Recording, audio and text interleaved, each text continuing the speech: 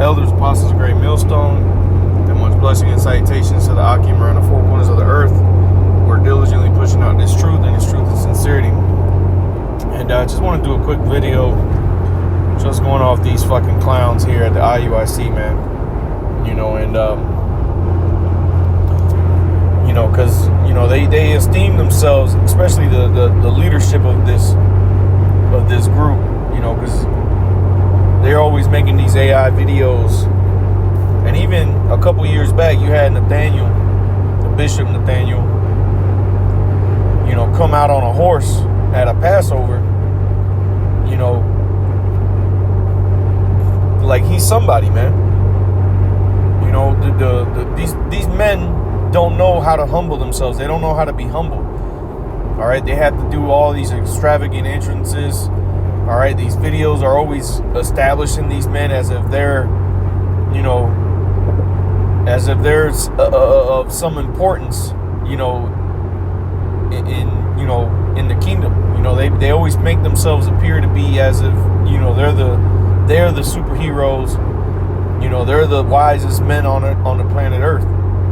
Okay, and when you look at how the men, righteous men of the scriptures, carried themselves, they were they were lowly. Look at Yahushua, for example. All right, he knew all, he knew everything, he was perfect, and yet he was subject onto being a being a carpenter was a higher paying job at that time, but he was subject to not having a home.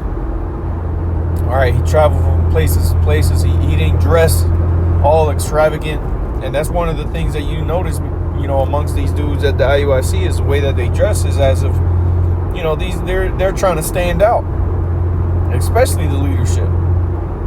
Okay, so this is Matthew chapter 23, and I'll start at verse 1. Then Yahushua spake to the multitude and to his disciples, saying, the scribes and the Pharisees sit in Moses' seat. Okay, and this is one thing that me personally as a man has, I've spoken this in the past, is I personally believe that Nathaniel may be Caiaphas. Okay, and if you know the story between Caiaphas and Yahushua, Caiaphas despised Yahushua. Okay, and it would make sense that he doesn't want to teach the name Yahushua. Okay, but nonetheless, as I said, I speak as a man when I say that. But that's why I believe these dudes at the IUIC are those Pharisees, man. All right. It says, all therefore whatsoever they bid you observe. Right, and that's one thing that the IUIC does say. They do teach the laws. They do teach Israel, or the so-called Negroes, Latinos, Native Americans, for the most part. Okay, but that's it. And as far as teaching, keeping the law, statutes, and commandments of the Lord, you do have to keep having understanding in your mind that you aren't going to be able to keep those laws 100%. Okay. You're not going to be able to keep them. Now, we strive for the mastery. We strive to keep them to the best of our ability, but, we're in the flesh. We're going to go off from time to time unwillingly. Okay? But that's what Yahushua is saying here. All, therefore, whatsoever they bid you observe, that observe and do. But do not ye after their works, for they say and do not. Right? And that's what these guys... you have, all these things that end up coming out about the nasty work that's being done in, behind the closed doors. Okay. The way they conduct themselves behind, the curtain isn't what they portray out, to the people. Okay. And in some instances, the things that they teach, they openly go against and by their actions. And the things that they do, the way they carry themselves, here it is, they teach humility, but they themselves are not humble. Okay?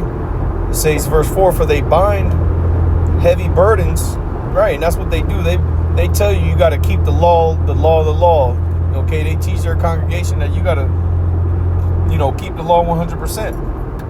That's putting heavy burdens on these people because we can't do it, man. We never could. That's ultimately why Yahushua had to come, because we could never keep the law to the letter, to the T. Okay? We had to have someone come do it for us so that we may gain access to the mercies of the Heavenly Father, which is what Yahushua did. It wasn't the bishop, okay, and it wasn't the other men in that part of that leadership group. It ain't none of them guys. It was Yahushua, who they disdain to call by his proper name. Okay, it says, for they bind heavy burdens and grievous to be borne, and lay them on men's shoulders, but they themselves will not move them with one of their fingers. Right? They ain't keeping the laws 100%. I guarantee you that. Okay, here it is. They teach their congregation to keep the laws, but they themselves aren't keeping the laws to the T. So they're not walking examples. Okay, it says, but all their works they do for to be seen of men. Okay, they make broad their phylacteries and enlarge the borders of their garments. Right, you got the biggest border of blue. You can be seen from a mile away. Which a lot of the things that they because they make you buy the garments and shit like that, and try to all wear purple, and they do these things to be seen of men. Because what else? What other reason is there for everyone to be wearing matching colors? Everybody got to wear the uniform for the Passover. You got to buy our garments, or you can't come. What's the purpose of that? Well, for their congregation to be seen. The Lord don't care about none of that. At the end of the day, the Lord, cares about what's on the inside, what the Spirit got going on, not what the flesh got going on and how the flesh look. The Lord care about what the Spirit look like. Okay, and you can look all extravagant on the outside, but your flesh is nasty and wicked, man. Okay. It says, verse 6, and love the uppermost rooms at feast and the chief seat in the synagogues. And that's what these dudes do, man, even in their classes. You see, when you watch videos of brothers and even the apostles at Great Millstone, for the most part, even the apostles, they're sitting amongst brothers, man. They're sitting in the same sofa couch that's sunken in. Okay, they sitting in right next to a brother that's beneath them.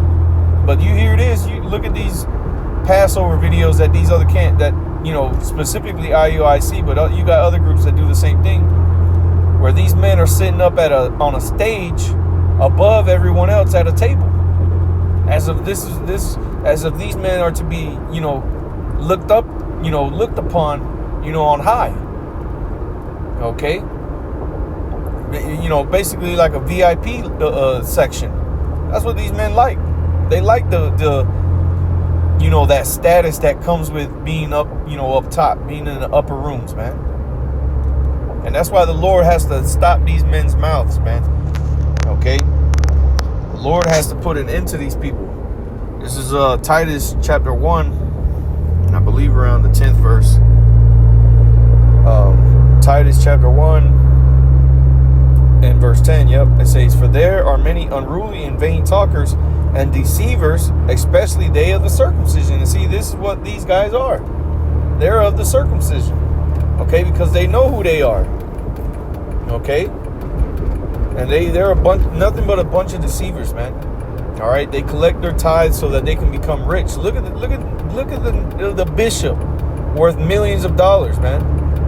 I think probably by this point over $2 million his net worth is.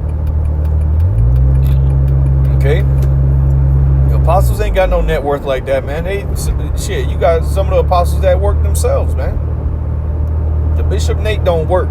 His sole purpose is to be the leader of that group, and he makes millions off them people.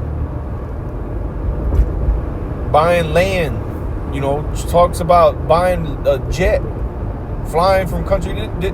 That man's whole purpose which there ain't nothing wrong with it. The congregation's supposed to take care of it, but this man, he's gone above being taken care of. He's living a life of luxury. Okay?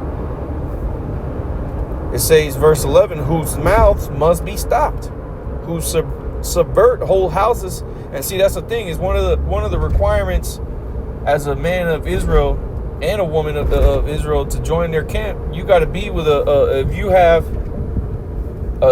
your wife, if you come in as a man of the Lord, if you come into their congregation and your wife don't believe, you got to get rid of her. They make you get rid of her, man. So if you got children with these women, because if she ain't going to convert, you got to get her out the house. Okay? So they subvert whole houses, man, literally. And not only that, but, they cause a lot of turmoil amongst couples, okay? Especially through their whack-ass, counseling. And you see how those counselings, went in Sakari with all the shit they had going on. You see how those counsels went. It just make things worse. Okay, it says who subvert whole houses, teaching things which they ought not, for filthy lucre's sake. And that's what they do. All right, let's get this word lucre's sake there. All right, in Titus. So bear with me, as I said, I'm doing this in transit.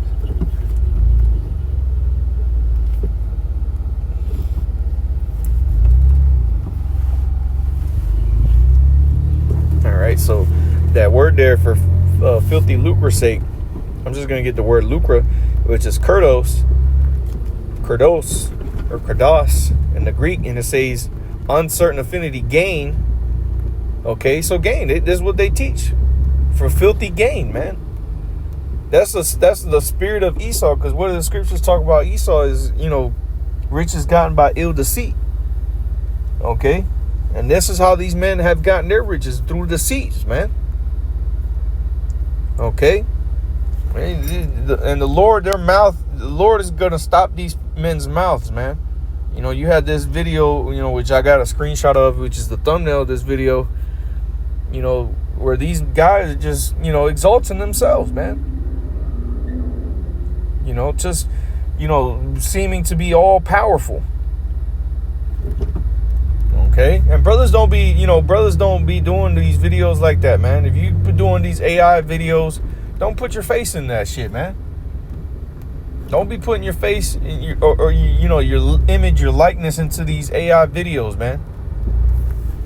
That shit's gonna get you, hemmed up. But at the end of the day, you may not be proudful or filled with pride, but that's what it makes you look like. Because look at these men. Look at these fucking guys, man.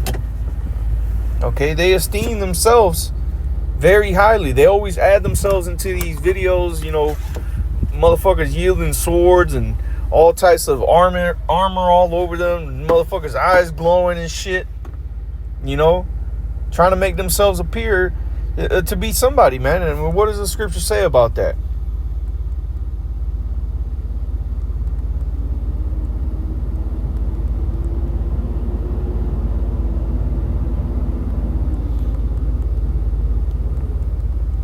So I can get this. This is Galatians chapter 6 and verse 3. And it reads, for if a man think himself to be something when he is nothing, he deceiveth himself. You see? So here it is. He's deceived himself into believing that he's somebody, and in doing so, he deceives those that follow him, man. And that's the worst type of person you want to follow after, is a man that is deceived amongst his, by his own pride, by his own ego. Okay? You got to get far away from these people. And see, the Lord is going to separate the elect from up out of that group, man.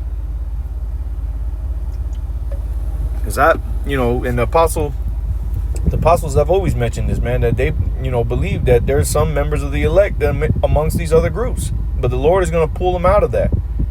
And they may not necessarily join Great Millstone, but that's not what we're looking for. That's not what we're saying either. But the Lord is going to pull them away from these groups.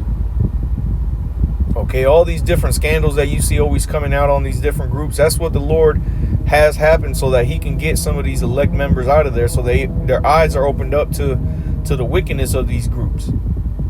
And a majority of the time, I'm not saying every time, but a majority of the time, these scandals are always surrounding leadership of these other groups. You don't hear that shit from the apostles here at Great Millstone. The apostles having a scandal where they were ripping brothers. You don't hear that. You see? Why? Because these are men of the Lord that carry themselves like men of the Lord. Okay? These are righteous men, worthy to be given double honors unto. Okay? That's what these men are worthy of. Okay? But these dudes, that esteem themselves, these guys are, they ain't worthy of double honors, man.